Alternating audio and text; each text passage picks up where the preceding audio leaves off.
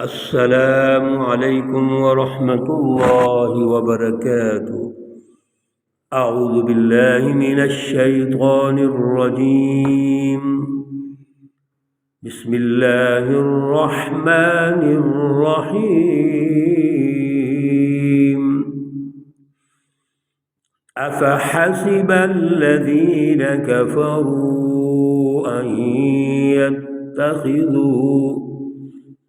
أن يتخذوا عبادي من دوني أولياء إنا أعتدنا جهنم للكافرين نزلا۔ صدق الله العلي العظيم۔ اللهم صل على سيدنا ومولانا محمد النبي الأمي وعلى آله وأصحابه وبارك وسلم وصل عليه۔ معزز سامعین و سامعات، آج کا جو درس قرآن ہے الحمدللہ ہم سورۃ الکہف کا آخری رکوع آج شروع کر رہے ہیں، اور اس کی جو آیات مقدسہ ہیں 102 سے لے کر 106 تک آج انشاءاللہ عرض کریں گے۔ پارہ نمبر 16 ہے اور پارے کا یہ تیسرا رکوع چل رہا ہے۔ اللہ رب العزت سے درخواست ہے، التجا ہے، اللہ ہمیں ان آیات کا فہم، ان کا شعور، ان کا اعلیٰ نظریہ عطا فرمائیں اور عمل کی توفیق اور صلاحیت عطا فرمائیں۔ گزشتہ درس میں ذوالقرنین کا جو واقعہ ہے وہ مکمل ہو گیا تھا۔ اس سورہ مقدسہ کے آغاز میں عرض کیا تھا کہ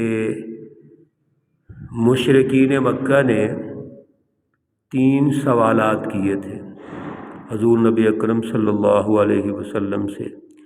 ایک تو یہ تھا وَيَسْأَلُونَكَ عَنِ الرُّوحِ، یہ روح کیا ہے، اس کے بارے میں ہمیں بتائیے، اور اس کے پیچھے جو اس کا بیک گراؤنڈ تھا، پس منظر تھا، وہ سارا ہم نے عرض کیا تھا کہ یہود بھی اس میں شامل تھے، انہی کا یہ مشورہ تھا۔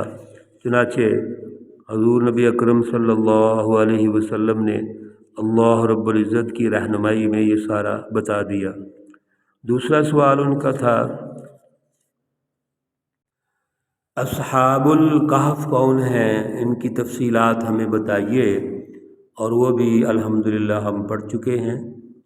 تیسرا سوال ان کا تھا وَيَسْأَلُونَكَ عَنْ ذِي الْقَرْنَيْنِ، ذوالقرنین کون ہیں، ان کی تفصیلات کیا ہے، تو وہ ہم نے پچھلے رکوع میں مکمل سمجھی۔ اللہ رب العزت نے ہمیں ان کے بارے میں رہنمائی ارشاد فرمائی۔ جتنی تفصیلات اللہ نے بتا دی ہیں یا صحیح احادیث میں ملتی ہیں، ان کی سمری ہم نے یہاں عرض کر دی تھی، کیونکہ ہم صرف قرآن پاک کے ترجمے اور تشریح کو ٹچ کرتے ہیں وقت کی مناسبت کے اعتبار سے۔ تو جتنی چیزیں ہمیں قرآن نے بتا دیں، اللہ رب العزت نے بتا دی ہیں، اس پر ہم نے کچھ گزارشات کر دی تھیں۔ اس سارے واقعات کے بعد اللہ رب العزت نے پھر اس بات کی تنبیہ فرمائی کہ اللہ رب العزت جو کچھ رہنمائی ارشاد فرما رہے ہیں وہ حق ہے، وہ سچ ہے، اسی کی پیروی کرو، اور جو کفار، مشرقین اور منافقین ہیں وہ اس کی پیروی نہیں کرتے، اس لیے ان کا ٹھکانہ جہنم ہے۔ اور ایک وقت ایسا آنا ہے جب قیامت آئے گی تو سب اللہ کی بارگاہ میں حاضر ہوں گے، سب کو جمع کر دیا جائے گا، اور اصل میں ان کی جو نفسیات ہے، مائنڈ سیٹ ہے، اللہ نے آخر میں ارشاد فرما دیا تھا کہ ان کی جو آنکھیں ہیں ان پر پردے پڑے ہوئے ہیں، ان کے کانوں پہ بھی پردے پڑے ہوئے ہیں، وہ سچ اور حق کو سننا نہیں چاہتے، دیکھنا نہیں چاہتے، بلکہ مذاق اڑاتے ہیں۔ آج آیت مقدسہ نمبر 102 میں اللہ رب العزت نے پھر ان کفار کی ذہنیت ارشاد فرمائی، افحسب الذین کفروا، کیا آپ سمجھتے ہیں کہ یہ جو کافر لوگ ہیں، ان یتخذوا عبادی، کہ یہ کہ بنا لیں گے میرے بندوں کو، من دونی، میرے علاوہ، اولیاء، دوست، اپنا حمایتی، مددگار، دنیا کے اندر جن کا نام لے کر ان کو پکارتے تھے، حضرت عزیر ہیں، موسیٰ علیہ السلام ہیں، اور دیگر انبیاء یا بزرگ، یہ تو اللہ کے نیک لوگ تھے، ان کا لیبل لگایا اور لیبل لگا کر انہوں نے شرک کیا ہے۔ اب اس وقت جب قیامت کا دن ہوگا تو کیا یہ سمجھتے ہیں کہ میرے بندے جو ہیں یہ میرے بندے ہیں، اللہ فرما رہے ہیں، جن کو میرے علاوہ یہ مددگار بنا لیں گے؟ بلکہ وہ تو انکار کر دیں گے، وہ تو کہیں گے یہ کون لوگ ہیں، یہ کون ہیں جو ہمارا نام لے کر استعمال کرتے رہے ہیں؟ کلا سیکفرون بعبادتہم ویکونون علیہم ضدا، وہ تو ان کی حرکات سے بیزاری کا اعلان کریں گے۔ انا اعتدنا، بے شک ہم نے تیار کی ہے، جہنم، جہنم، للکافرین نزلا، کافروں کے لیے، نزل مہمانی کو کہتے ہیں، ان کی جو مہمان نوازی ہوگی وہ جہنم میں ہوگی، اور جہنم کی شکل میں ان کو وہاں ڈالا جائے گا۔ قل، آپ کہہ دیجئے، هل ننبئکم، کیا ہم آپ کو بتلائیں، بالاخسرین اعمالا، ان کے جو اعمال ہیں وہ ان میں خسارہ ہوگا، ضائع ہو جائیں گے۔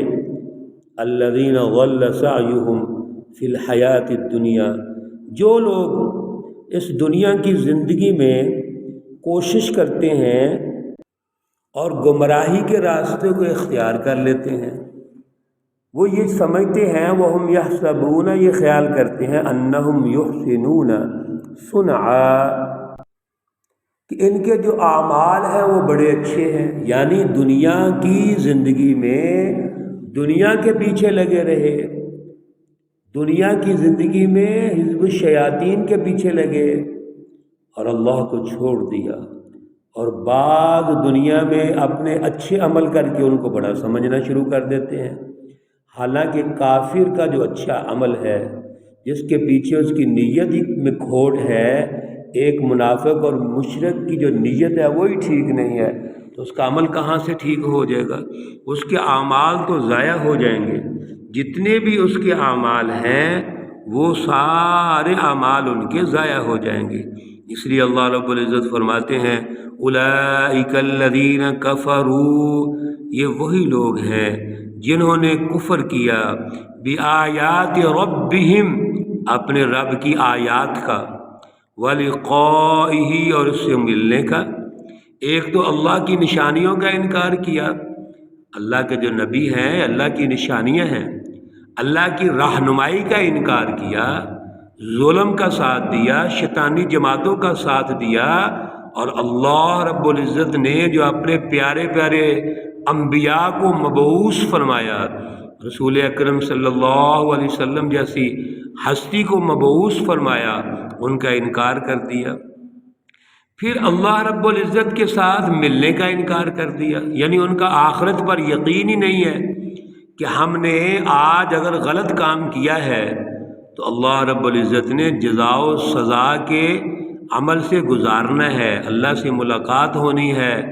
ایک دن ایسا ہے جس کو یوم الدین کہتے ہیں، جو روز جزا ہے، اس دن اچھے اعمال کا اچھا بدلہ ملے گا، برے اعمال کی سزا ملے گی۔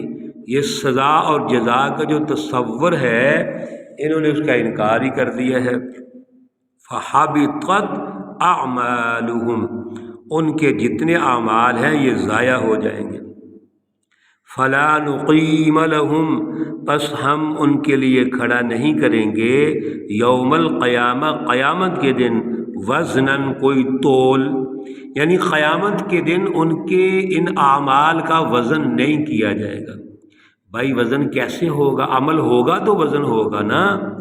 ایک عمل کے پیچھے جو نیت ہے وہ شرک اور کفر اور نفاق کی ہے، عمل کے پیچھے جو نیت ہے وہ مفاد پرستی کی ہے، لالچ کی ہے، خود غرضی کی ہے، وہ تو عمل ضائع ہو گیا، اس عمل کا کیا فائدہ ہے؟ اس لیے ہم مسلمانوں کو بھی یہ سمجھنا چاہیے، وہ حدیث پاک میں آتا ہے جب ہم نماز ادا کرتے ہیں اور نماز بے روح ادا کرتے ہیں، ایک آدمی نماز پڑھنے گیا، نماز پڑھ کر واپس آیا، جیسے نماز سے پہلے ہے ایسے ہی نماز کے بعد ہے۔ بھائی نماز تو ٹریننگ کا ذریعہ ہے، تربیت کا ذریعہ ہے، اللہ سے ملاقات کا ذریعہ ہے۔ الصلاۃ معراج المومن، نماز مومن کی معراج ہے۔ یہ عمل تو ہوا ہے، ایک رسم تو کی گئی ہے نا، لیکن وہ عمل حدیث پاک میں آتا ہے فرشتے اللہ کی بارگاہ میں پیش کرتے ہیں، اور جو عمل درست نہیں ہے، نماز کا عمل جو بغیر روح کے ہے، بغیر مشن اور مقصد کے ہے، بغیر نظریے کے ہے، وہ نماز فرشتے یہ کہتے ہیں یہ واپس لے جاؤ اور اس بندے کے منہ پہ مارو اور ان سے پوچھو کہ میں تمہاری نماز کا محتاج ہوں؟ اللہ الصمد، اللہ تو بے نیاز ہے، اللہ کوئی ہمارے ذکر ہماری نمازوں کا محتاج ہے؟ ہم تو اللہ کے محتاج ہیں۔ یہ نمازیں ہم اس لیے پڑھتے ہیں کہ اللہ کا قرب حاصل ہو جائے، اللہ ہم سے خوش ہو جائے، راضی ہو جائے، اور اگر اس کے پیچھے کوئی نظریہ نہیں، کوئی مقصد اور ہدف نہیں ہے، محض دو چار رکعتیں پڑھنا ہے، تو وہ تو ایک رسم ہے، ایک عمل تو ہے، لیکن ایسے عمل ضائع ہو جاتے ہیں۔ اسی طرح ایک حدیث پاک میں آتا ہے ایک نیک آدمی وہ اللہ کے سامنے جائے گا، اللہ کہیں گے اس کو اٹھا کے جہنم میں ڈال دو، وہ کہے گا یا اللہ میں نماز پڑھتا ہوں، روزے رکھتا ہوں، میں بڑے اچھے کام کرتا ہوں۔ اللہ فرمائیں گے کہ ایک دن مجھے بھوک لگی ہوئی تھی، تم نے مجھے کھانا نہیں کھلایا۔ وہ بندہ کہے گا یا اللہ تو بے نیاز ہے، تجھے تو بھوک نہیں لگتی۔ اللہ کہیں گے میرا ایک بھوکھا بندہ تمہارے پاس آیا تھا، تم نے اس کو کھانا نہیں کھلایا۔ اسی طرح ایک لمبی وہ حدیث ہے، یعنی اس کا عمل بظاہر نماز کا عمل بڑا اونچا ہے، عبادت ہے، اللہ کے قرب کا ذریعہ ہے، لیکن اس کے پیچھے نظریہ کوئی نہیں ہے۔ تو اللہ رب العزت ان تمام اعمال کو جج کرتے ہیں، دیکھتے ہیں، اگر ان اعمال کے پیچھے نیت ہے، اعلیٰ نظریہ ہے، اعلیٰ سوچ ہے، اعلیٰ ہدف ہے، ٹاسک ہے، اس کا نتیجہ لینا ہے، تو پھر اس کا وزن کیا جائے گا، ورنہ کیا ہوگا؟ فلا نقیم لہم یوم القیامت وزنا، اس کا وزن نہیں ہوگا۔ ذالک جزاؤہم جہنم، یہ ان کا بدلہ ہے جہنم کی شکل میں، بما کفروا، اللہ رب العزت کے قربان جائیں، اللہ ہر چیز کو کھول کے بیان کرتے ہیں۔ بھائی ان کو جہنم کیوں دی جا رہی ہے؟ اللہ فرما رہے ہیں کہ مجھے کوئی شوق نہیں کہ ان کو جہنم ملے گی، میں تو ان کو جنت میں لے جانا چاہتا ہوں۔ وجہ یہ ہے بما کفروا، ان کے کفر کی وجہ سے، انہوں نے اللہ کی آیات کا انکار کیا، اللہ رب العزت کی توحید کا انکار کیا، اللہ کی رہنمائی کا انکار کیا، حزب اللہ کا انکار کیا، سچی جماعتوں کا انکار کیا، تو پھر کیا ہوگا؟ پھر جہنم ہی ہوگی۔ پھر ایک اور کام کیا، وَاتَّخَذُوا آیَاتِي وَرُسُلِي هُزُوًا، انکار بھی کیا اور میری آیتوں اور میرے رسولوں کو مذاق بنا لیا، آیات کا مذاق اڑایا، میرے رسولوں کا مذاق اڑایا، نبیوں کا مذاق اڑایا، اور اس مذاق میں ان کو مجنوں کہا، دیوانہ کہا، پاگل کہا، جو ان کے منہ میں آتا ہے استغفر اللہ، معاذ اللہ، سب کچھ کہا۔ اللہ کے اتنے سچے نبیوں کو ایک طرف الصادق الامین کہتے ہیں، دوسری طرف الزامات لگاتے ہیں، مذاق اڑاتے ہیں، مخالفت کرتے ہیں۔ یہ ان کا مائنڈ سیٹ ہے کفار کا، تو پھر ان کا جو بدلہ ہے وہ جہنم ہی ہوگا۔ اللہ رب العزت ہمیں اس جہنم سے محفوظ فرمائے، اپنی رضا نصیب فرمائے۔ اللہ رب العزت تمام مرحومین و مرحومات کو جنت الفردوس میں اعلیٰ مقام عطا فرمائے۔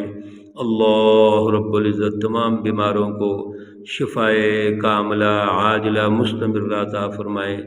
ربنا تقبل منا انك انت السميع العليم وتب علينا انك انت التواب الرحيم، وصلى الله تعالى على النبي الأمي محمد وعلى آله وأصحابه أجمعين برحمتك يا أرحم الراحمين۔ السلام علیکم ورحمۃ اللہ وبرکاتہ۔